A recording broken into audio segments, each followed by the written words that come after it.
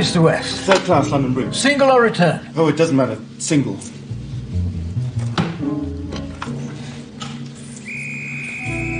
Quickly. Quickly.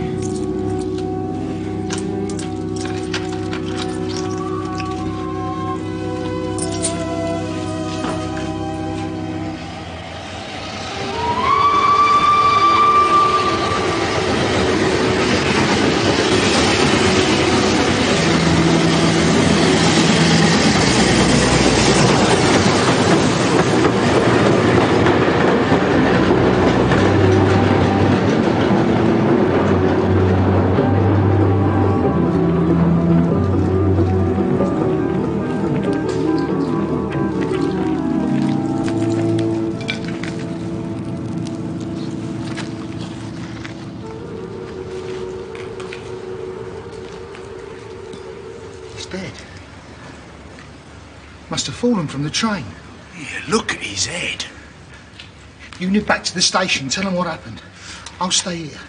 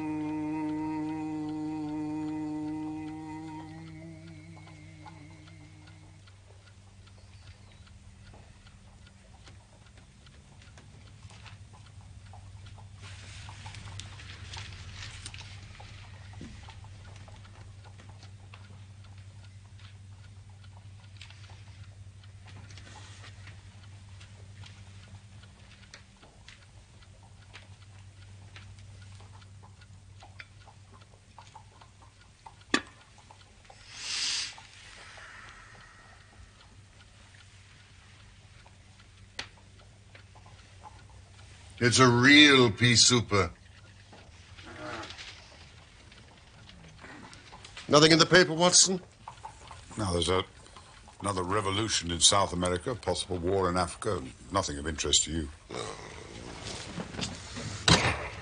The London criminal is certainly a dull fellow. The thief or the murderer could roam London on a day like this, as the tiger does the jungle, unseen until he pounces, and then evident only to his victim. There are numerous petty thefts. Now, this great and somber stage is set for something more worthy than that. It is fortunate for the community that I am not a criminal. It is indeed. It's as well they don't have fogs in the Latin countries, the countries of assassination. For you, Mr. Holmes. Thank you. Mr. Holmes. Yes, I know. I apologize for the state of my room. Oh, what next? My brother Mycroft is coming round. Oh, why not? Why not? It's as if you met a tram car coming down a country lane. Mycroft has his lines and he runs on them. Pall Mall Lodgings, the Diogenes Club, Whitehall, that's his cycle. Once, only once has he ever been here. I mean, what upheaval can possibly have derailed him? Must see you over Cadogan West coming at once. Cadogan West? I've heard the name. It calls nothing to my mind. Mycroft breaking out in this erratic fashion. It's extraordinary. Watson, you do know what Mycroft is. I seem to remember at the time of that affair, the Greek interpreter, you told me that he had some small office under the British government. I didn't know you quite so well in those days. His position is unique. He's made it for himself. There's never been anything like it before, nor will be again. He has the tidiest and most orderly brain, with the greatest capacity for storing facts of any man living. The conclusions of every government department are passed to him. He is the central exchange, which makes out the balance. All other men are specialists. His specialism is omniscience. Time and time again, Mycroft's word has decided national policy. Then Jupiter himself is descending upon us today. Yes, indeed. No trace of Cadogan West. West. I have it. Yes, Cadogan West. Cadogan West was the young man who was found dead on the underground on Tuesday morning. Oh, yes. It was a featureless case, as I remember. Young man killed falling from a moving train. No robbery, no violence. Watson. Rather micro. Oh. That looks like our old friend Inspector Bradstreet. Why should he bring a policeman with him? Ah, here we are. Cadogan West. Clerk at the Woolwich Arsenal, 27, unmarried. Government employee. Behold the link with my brother Mycroft. Sherlock? Mycroft! Doctor, Watson. Watson. You know Bradstreet. Holmes, Dr. Watson. Cadogan West. A most annoying business, Sherlock. I extremely dislike altering my habits, but the powers that be would brook no denial. In the present state of Siam, it's most awkward I should be away from the office. But it is a real crisis, Sherlock. I've never seen the Prime Minister so upset. And as to the Admiralty, buzzing like an overturned beehive. Do sit down, Bradstreet. Well, there's nothing unusual reported in the newspapers. I should hope not.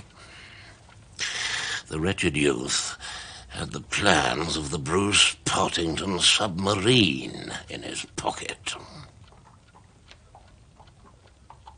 Well, you must have heard of it. Only by name. Its importance can hardly be exaggerated. It has been the most closely guarded of all government secrets. You may take it from me that naval warfare becomes impossible within the radius of a Bruce Partington operation.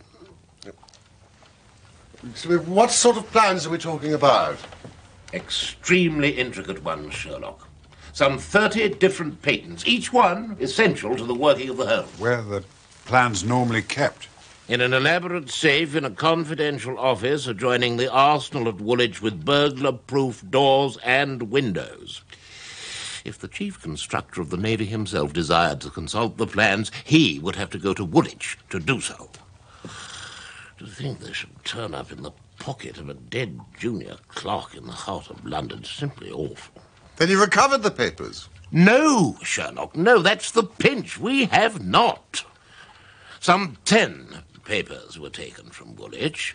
Only 7 were found in the pocket of Cadogan West. The other 3 are missing, gone, vanished, stolen. You must drop everything, Sherlock. Never mind your usual petty puzzles of the police courts. This is a real international crisis that you have to solve. Well, there are some points of interest in the case, I suppose.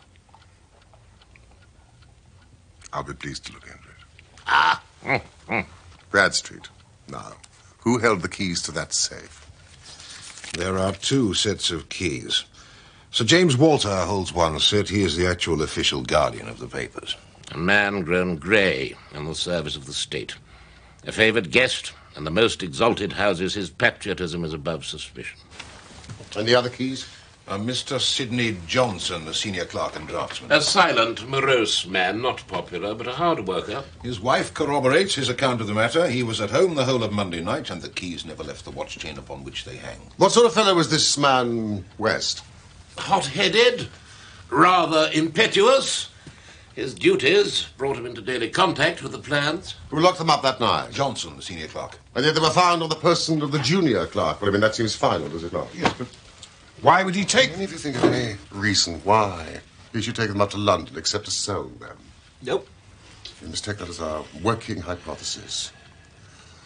West could only have done this with false keys. He opens the safe, takes out the papers, goes up to London to see a foreign agent.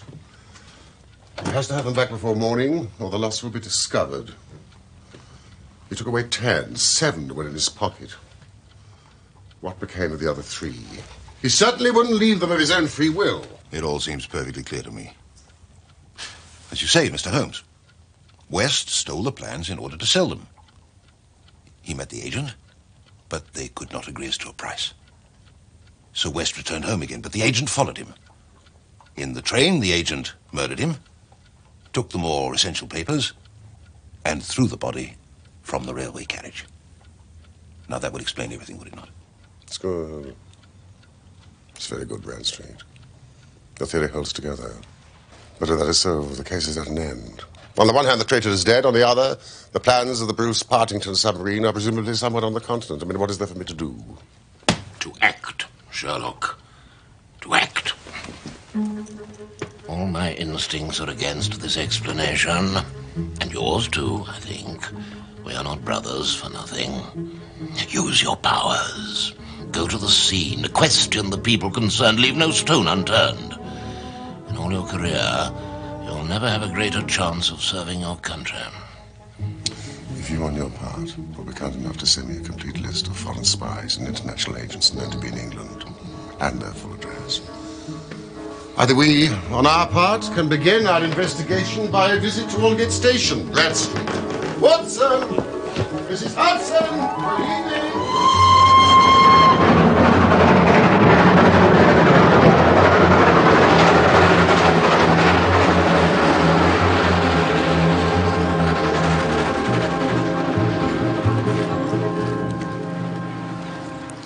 When was the body found? Near enough to 6 o'clock, sir, Tuesday morning. He must have fallen from a train sometime Monday night. Now, the carriage has been examined for any signs of violence. No such trace of violence has been found. A report of a door found open. We can tell the approximate time that he entered the train from his ticket. There was no ticket on the body. That is really very singular. In my experience, it is not possible to reach the platform of the Metropolitan line without exhibiting one's ticket. Is that not so? Quite correct, sir. Surely the murderer would have removed the ticket before throwing West from the train so as not to reveal the name of the station nearest his place of residence. I think the doctor has it. What else did he have in his possession, besides the fatal papers and no ticket? Usual things. Pocketbook, note case, checkbook. Oh, and 2 tickets for the dress circle of the Woolwich Theatre for that very evening. It appears that West was to have attended the performance in the company of his fiancée, Miss Violet Westbury. She was the last person to see him alive on the fatal night. They were walking to the theatre together in the fog when he suddenly left her. Suddenly, without explanation? No. There appears to be no bleeding on the line. Well, there was hardly any trace of blood to be found. Yes, I gather there was a considerable wound consistent with a man falling from a moving train. Well, it was a terrible thing to see, sir. The head was knocked right in and the bone crushed. And yet there was no great external injury. One would expect some blood. Now, the line runs northeast. Yes, the track divides here, sir. And there's a branch line goes south under the river to rather higher than New Cross. The points.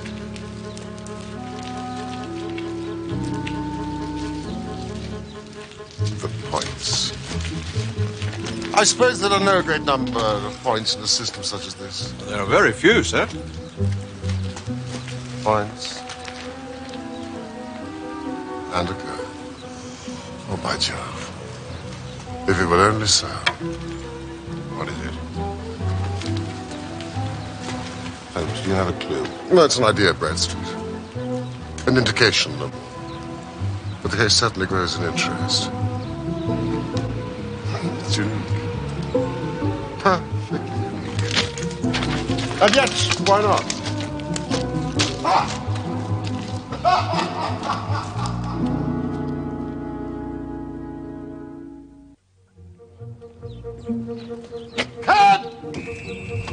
There is material here, Watson. There is scope.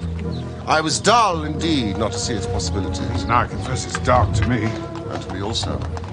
But I now have hold of an idea which may lead us far. Now, I think Sir James, the guardian of the plans, claims our first attention. Plumstead Hall!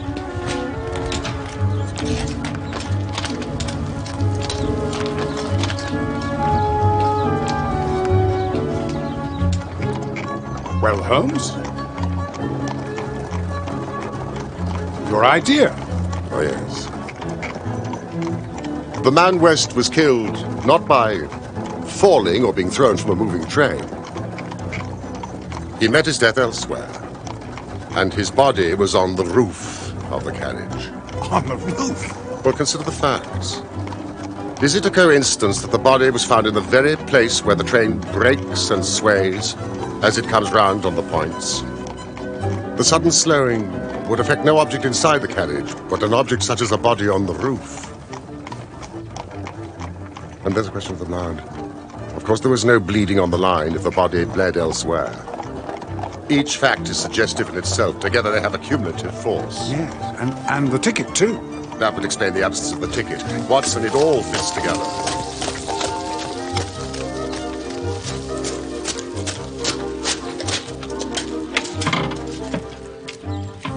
Please wait.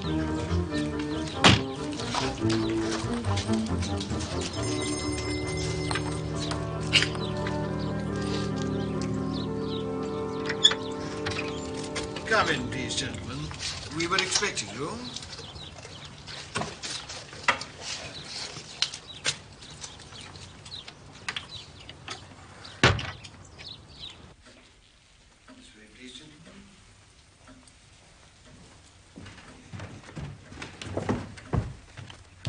Ah, gentlemen. Thank you, Baines. Thank you, sir. If you'll follow me, the body is upstairs. Wait, one moment. Are you not the undertakers? Excuse me, Sir James. I am Dr. Watson, and this is Mr. Sherlock Holmes. Good heavens. We are helping the authorities in the case of the missing papers. My brother, Sir James Walter, died this morning. I am Colonel Valentine Walter. Please, gentlemen, come here.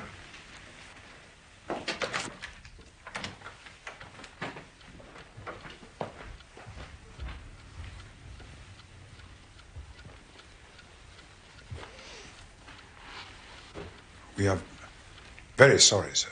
Thank you. I'm afraid it has been a great shock. But may I ask, how did your brother die? It was this horrible scandal. My brother was a man of very sensitive honor. He was fiercely proud of the efficiency of his department. The theft of the plans was a crushing blow. It broke his heart. We were hoping Sir James might have been able to help. I assure you, it was as much a mystery to him as it is to all of us. Naturally, he had no doubt that West was guilty, but why he should have done such a thing? Now, of course, we shall never know. So, you can throw no light on the matter? Me? I'm afraid I know nothing save what I've read or heard. And you never met Cadogan West? No, I have not been back in the country long. My brother's work was of a highly confidential nature. He did not discuss it with me.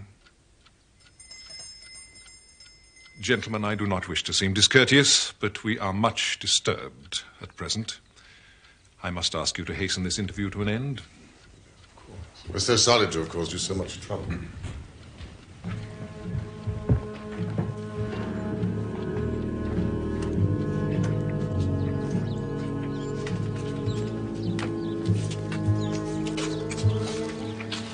That's an unexpected development. Heart failure? Suicide. Now for Miss Westbury. Is that the dead man's fiancée? Yes.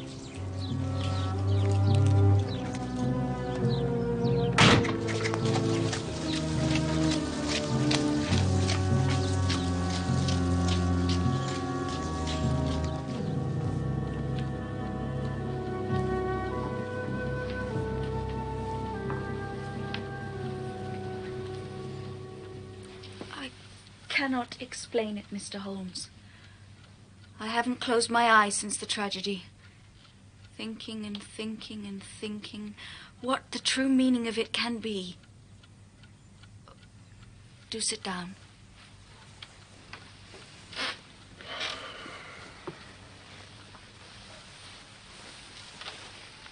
Arthur was the most single-minded, chivalrous, patriotic man on earth.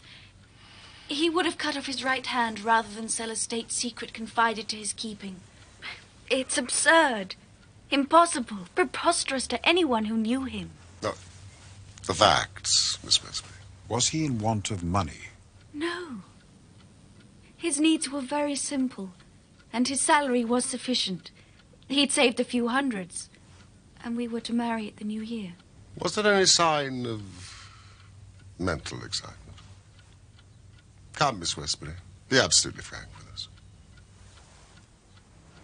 I had a feeling there was something on his mind. For long? Only the last week or two. Once I asked him about it. It is too serious to speak about even to you, he said. Go on, Miss Westbury. I mean, even if it seems to tell against him, we cannot say where it may lead us. He spoke one evening about a secret. I think he said that no doubt foreign spies would pay a great deal to have it. He said that we were slack about such matters and it would be easy for a traitor to get hold of the plans. Oh, Mr. Holmes, if you could only save his honor. It was so much to him. Well, I'll do what I can. Now, please tell us about that last evening. It was Monday night. And we were to go to the theatre.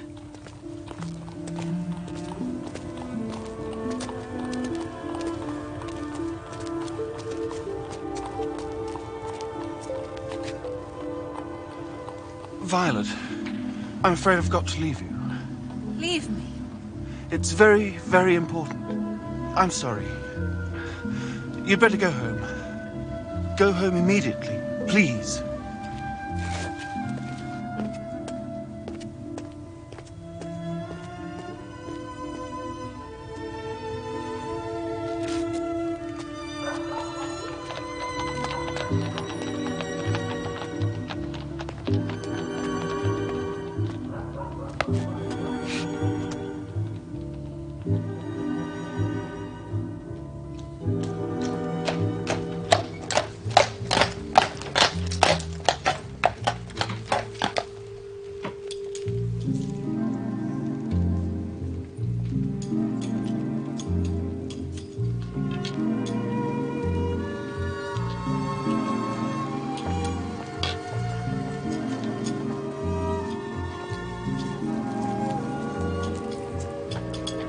It was just him, Mr. Holmes.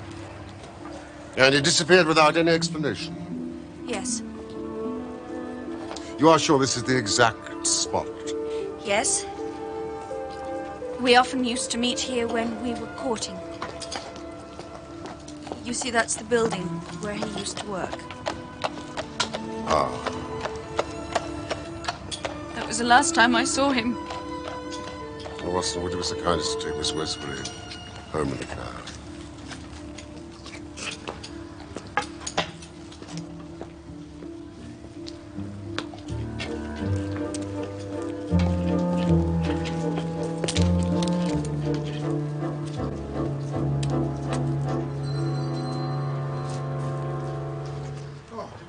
It's very bad.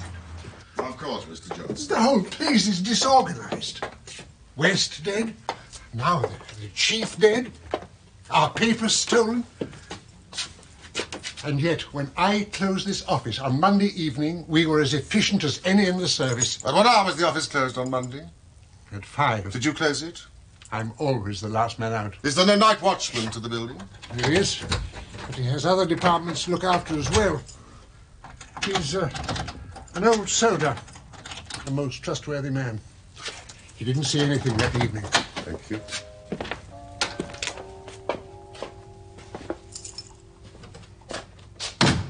When you closed the office, where were the plans? In that safe. I put them there myself.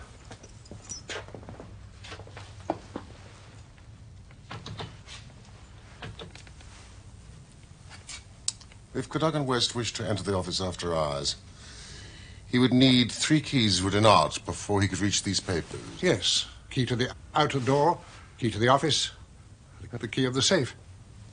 And only you and Sir James Walter had those keys? Yes, indeed. Sir James kept all 3 keys on one ring. They never left him. And, of course, your keys never left your possession? Never. So if Cadogan West is the culprit, he must have had duplicates. Oh, he's the culprit, all right. It's dreadful to think that West, of all people, should have done such a thing. You're sure of his guilt? I see no other way. He was getting married. He wanted the money. Oh, yes. He's your man. Mr. Johnson, if someone desired to sell the plans, surely it'd be easier to make copies than to take the originals. It would need considerable technical knowledge. May I see these? And, of course, you and West and Sir James Walter had that knowledge. That may be so, but don't try to drag me into this matter, Mr. Holmes. The plans were found on West. It is certainly singular that he should risk taking the originals when he could have safely taken copies. Perhaps it was a matter of time. Ah, yes, time. Now, 3 plans are missing, I understand. They are the vital ones. That is so. Now, someone holding those 3 papers, I mean, could they construct a Bruce Partington submarine? I told the Admiralty that I thought it was possible, yeah. But today I'm not so sure. These all-important double valves with the automatic self-adjusting slots are drawn only on this plan, which has been returned. Would you be so kind as to close those window shutters exactly as they were on Monday night? Window shutters, certainly.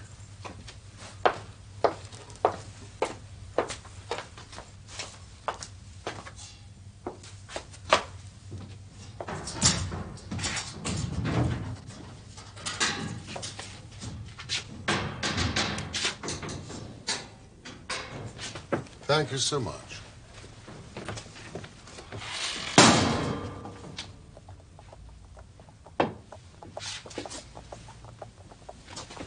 Yes.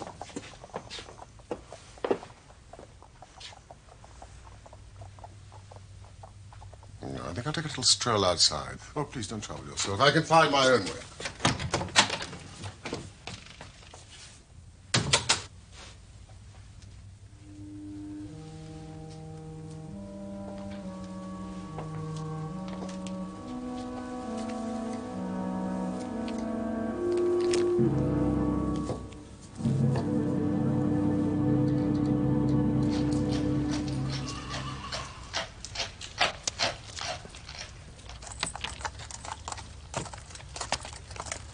Would you please wait?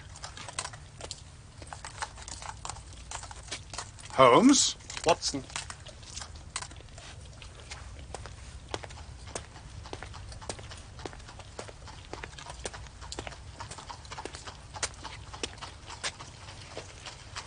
Look at this. Bushes have been broken. Now look at the windows behind me. The shutters don't meet in the center. As you say, don't meet. Interesting, don't you think?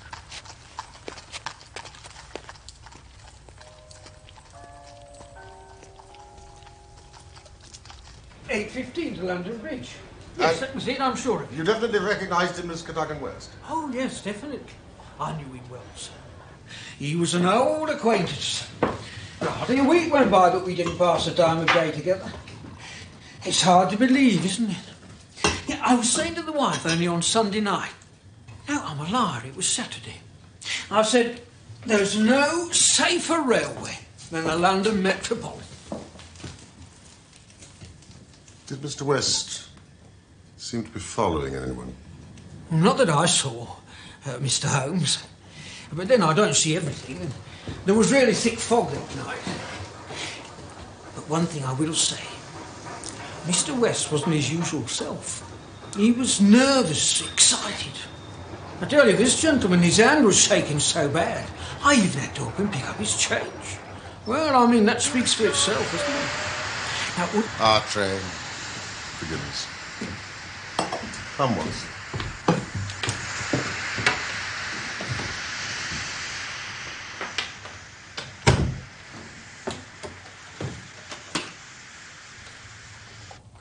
Come in. Mr. Holmes?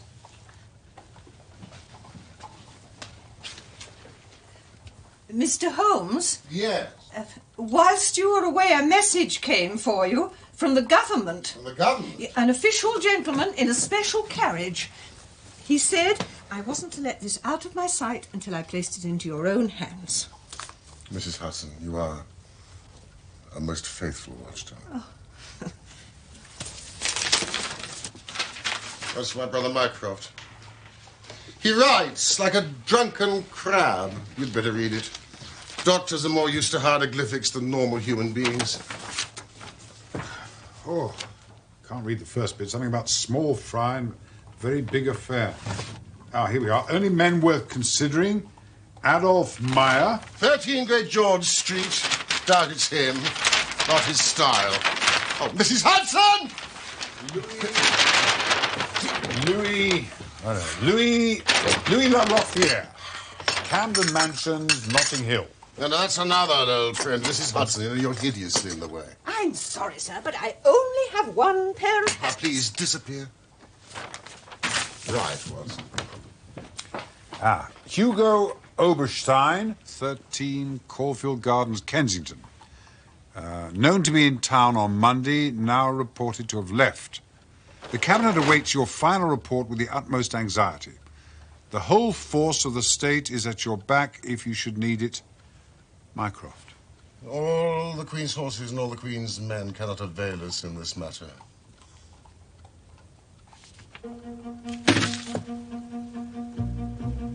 Caulfield Gardens.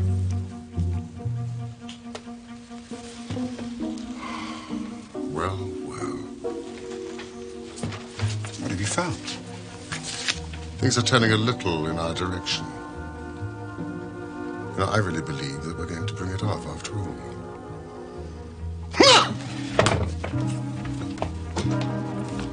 I'm going out. When will you be back? I've no idea, but I promise I will do nothing serious without my trusted comrade and biographer at my elbow.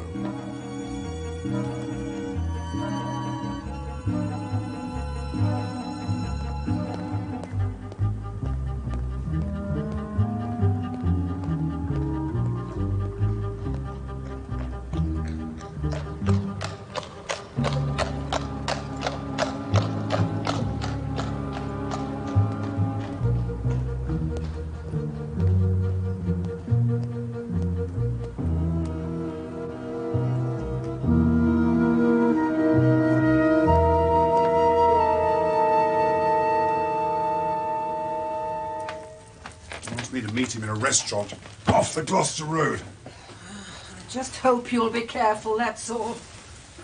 You're not as young as you were. We know what Mr. Holmes is like once he gets the bit between his teeth.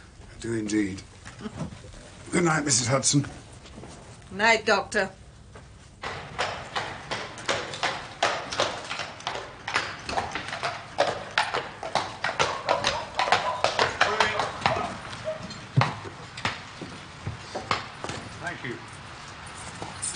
Thank you, sir.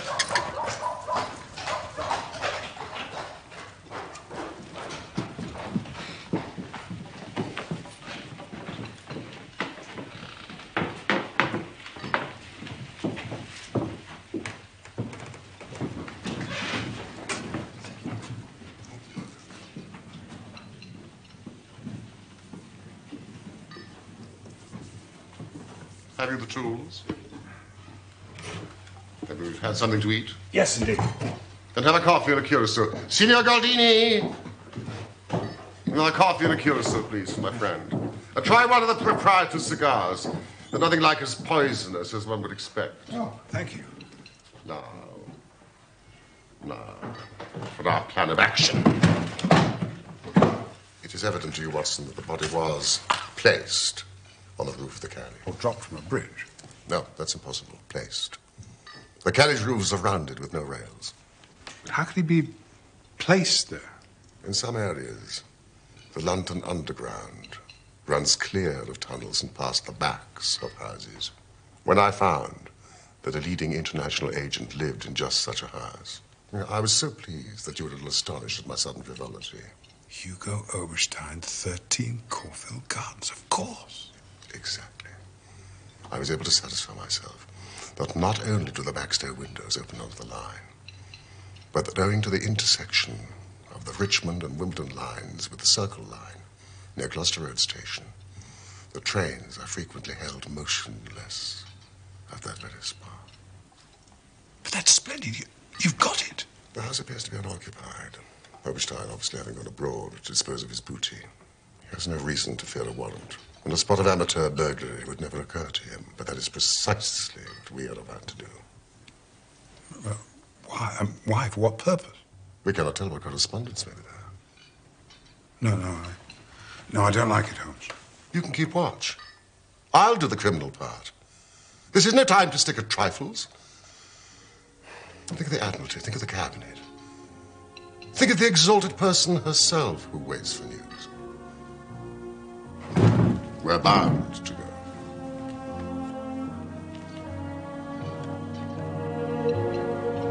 I knew you wouldn't shrink at the last.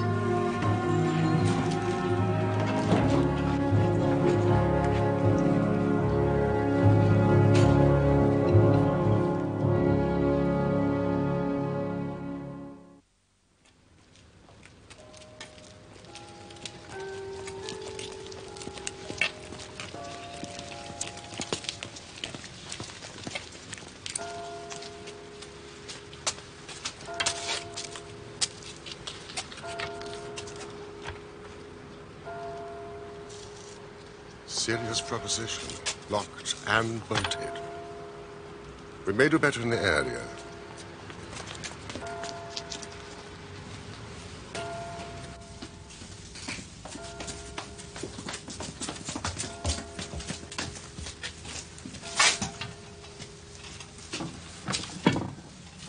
Ah, this is better.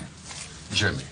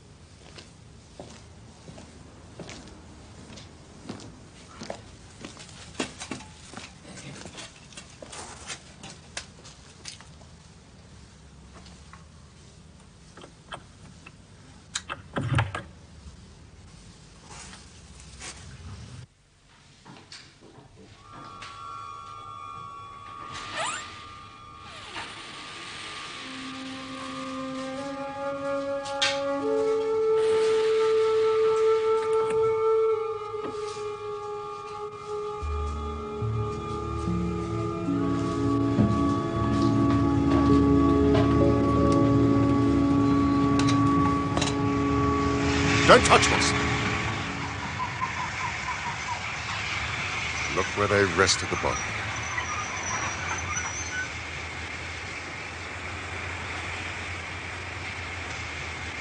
Blood.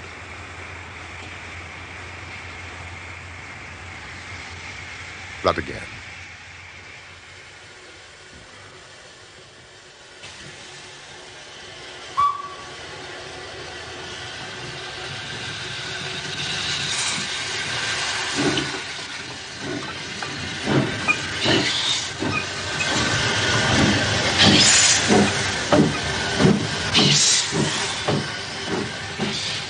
What do you think of that? Masterpiece. You've never risen to a greater height. No, I cannot agree with you. The moment I conceived the idea of the body on the roof of the train, the rest was inevitable. And major difficulties are before us.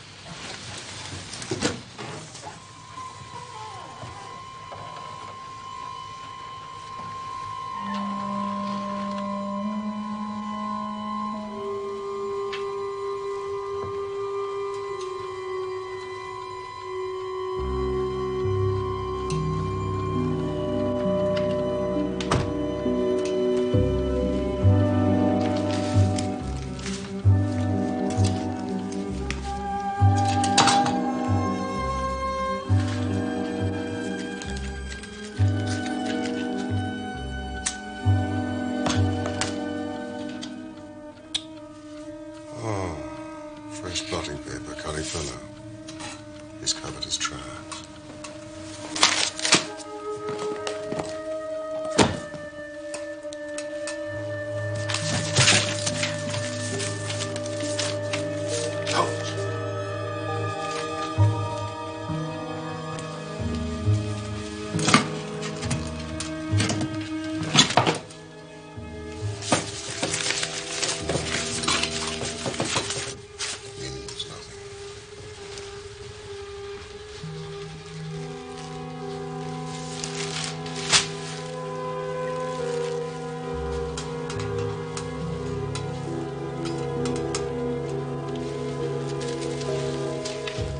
Seems to be burning old newspapers. Let's see, Holmes. Yeah. Why would a man so obviously untidy in his habits take the trouble to burn old newspapers? Probably trying to start a fire. God, there's no wood. Coal. Let me see. Thank you.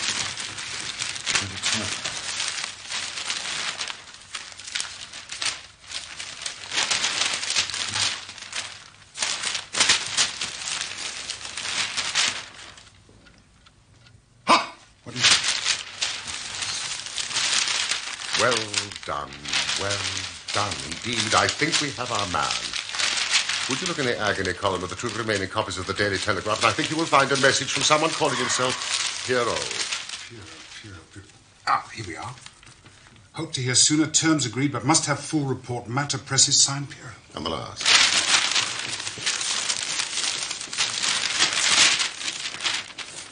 Yes, by Jove. Monday night after 9, 2 taps, only ourselves, payment in hard cash when goods delivered. Signed Pierrot, just like the other one. Every paper has a message from someone calling himself Pierrot. It's an odd name for a villain like Oberstein to use. If only we could get the man at the other end. Watson, quickly. We haven't a moment to lose. Read the papers.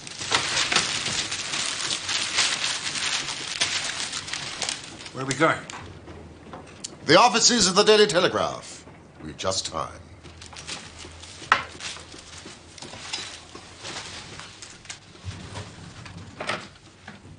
Splendid, Sherlock. Splendid. I always said you'd make the best cat burglar in London if you put your mind to it. Can't do these things on the force, Mr. Holmes. No wonder you sometimes get results that are beyond us. Some of these days you'll go too far. You and your friend will find yourselves in trouble. England, home and beauty, eh, Watson? Martyrs on the altar of our country. The agony column of the Daily Telegraph. What use will you make of those? Have you seen the advertisement from Pierrot today?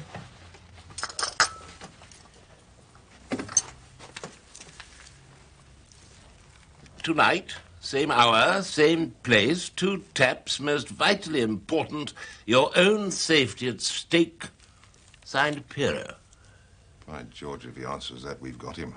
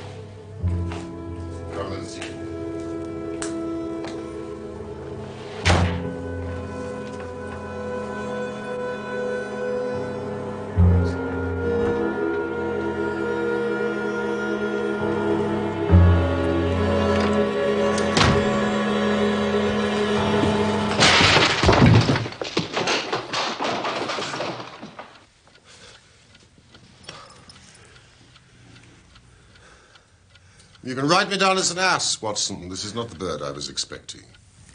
Who is he? Colonel Valentine Walter, Sir James's younger brother. I'll begin to see how the cards fall now. What is this? I came here to visit Mr. Oberstein. I know you, surely. Sherlock Holmes. Everything is known, Colonel. How an English gentleman could behave in such a manner is beyond comprehension. We know of your relations and correspondence with Oberstein, how you stole your brother's keys and had them duplicated. We know you went to Admiralty office on Monday night and was seen by Cadogan West. Leaving all his private concerns, being the good citizen that he was, he followed you closely in the fog, halfway across London, until you reached this very house. It was then, Colonel Walter, that to treason you added the terrible crime of murder. I did not. I did not. Before God, I swear I did not. Then tell us how Arthur Cadogan West met his end before you placed his body on the roof of the railway carriage. He followed me as you describe. But until I was at the very door of this house, I did not know it.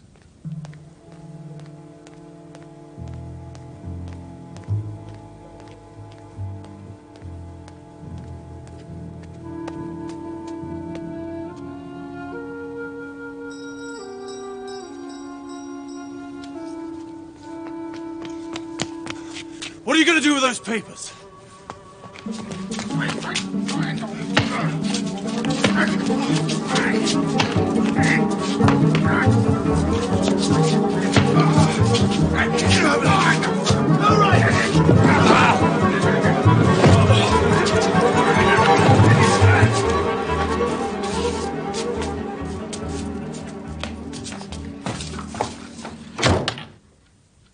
He hit his head on the marble floor.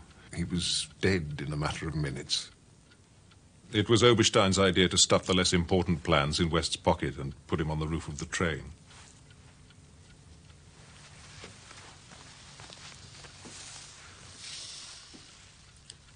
What made you turn traitor, Colonel? A stock exchange debt had to be paid. I needed the money badly. Oberstein offered me 5,000. It was to save myself from ruin and disgrace. My brother used to discuss matters with me which he probably should not have done. This submarine, for instance. How could he ever guess his own brother would betray him? That was the worst of all. He suspected me, I know he did. I read it in his eyes. And after this West business, he never held up his head again. Can you not make reparation? To ease your conscience and possibly your punishment. What reparation can I make? Where is Oberstein with the papers? I do not know. He said that letters to the Hotel du Louvre in Paris would reach him. Ah. Oh, well, then it is possible for you to help us.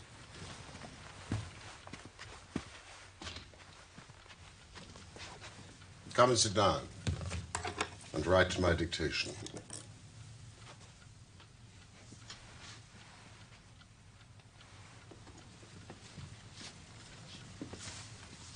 Dear sir, in regard to our transaction, you have now observed that one essential detail is missing, but I have a tracing that will make it complete. Is that true, Sherlock? Quite true. What essential detail is missing? The double valves. And automatic self-adjusting slots. Good heavens, how on earth did you know that? I've become quite a submarine expert, brother mine. Now, Colonel, what would be your terms? I must ask you for a further £500. English notes, please.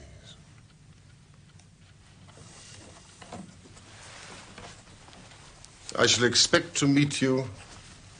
No, we can hardly say here, for Oberstein would suspect a trap. The foyer of the Charing Cross Hotel. Its proximity to the railway station renders it extremely popular amongst the international spy fraternity. Yeah. Did you get that, Colonel? Noon, Saturday next. I should be very much surprised if that does not fetch our man.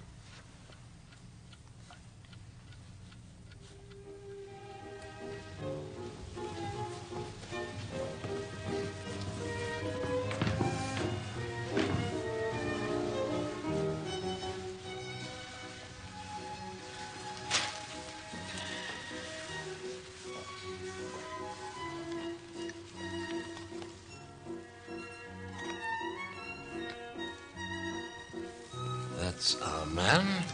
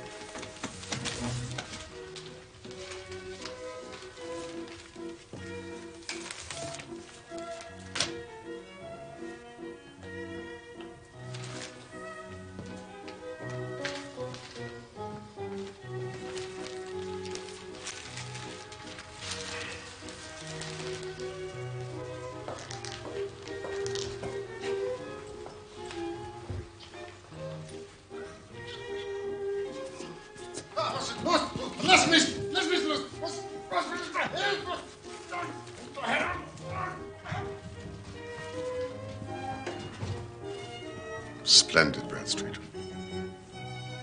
But our traitor has flown.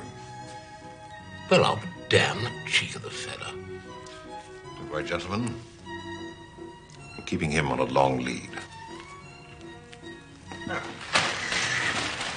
There's an R in the month, and the Diogenes Club has the most excellent oysters. I should like both you gentlemen to be my guests. Come along, Sherlock.